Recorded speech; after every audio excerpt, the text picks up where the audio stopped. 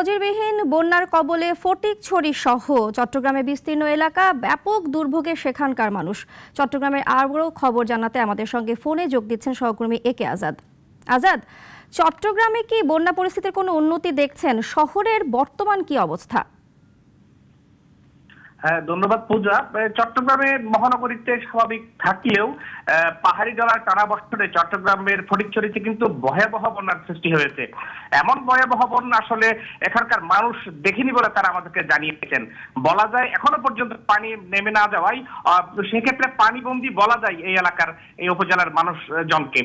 এখানে কিন্তু একজন শিশু নিহত হয়েছে, নিখোঁজ হয়েছে প্রায় আরো দুজন। গতকাল থেকে সেনাবাহিনী, বিজিবি, স্বেচ্ছাসেবী অনেকে আসলে উদ্ধার কার্যক্রম তারা চালিয়ে যাচ্ছে। এই উপজেলায় শত শত একর চাষের জমি, মাছের প্রজেক্ট, পোল্ট্রি ফার্ম আসলে এগুলো বিনষ্ট হয়ে গেছে। মূলত হালদার যে বাঁধ আছে সেটি ভেঙে যাওয়ায় ফটিকছড়িতে এই ধরনের বড় ধরনের একটি ভয়াবহ বন্যার সৃষ্টি হয়েছে। আর একটি বিষয় জানিয়ে রাখি যে চট্টগ্রামের যে পাহাড়ি ঢল থেকে আসা, পাহাড়ি ওজন থেকে নেমে আসা যে পাহাড়ি ঢল, সেখানে কাপ্তাই হ্রদের পানি কিন্তু বিপদ সীমার কাছাকাছি আছে। আজকে যদি বা বৃষ্টি না হয় কিছুটা স্বস্তি মিলেছে। তো চট্টগ্রামের শস্য ভান্ডার খ্যাত যে রাঙ্গুনিয়ার যেটি উপজেলা আছে গুমাই বিল, সেখানে পানিতে ডুবে গেছে। এখানে প্রায় ৩,৪35 হেক্টর জমির আমন এখনো পানিতে ডুবে আছে। তো মিরসরাইতে আটটি উপজেলা, মিরসরাইতে প্রায় 10,000 মানুষ এখন পানিবন্দী আছে। 30টি আশ্রয় কেন্দ্রে প্রায় 5,000-এর বেশি মানুষ এখানকার মানুষ আশ্রয় নিয়েছে। বন্যা পরিস্থিতি আসলে অবনতি হয়, চট্টগ্রাম থেকে রেল যোগাযোগ প্রায় বন্ধ আছে।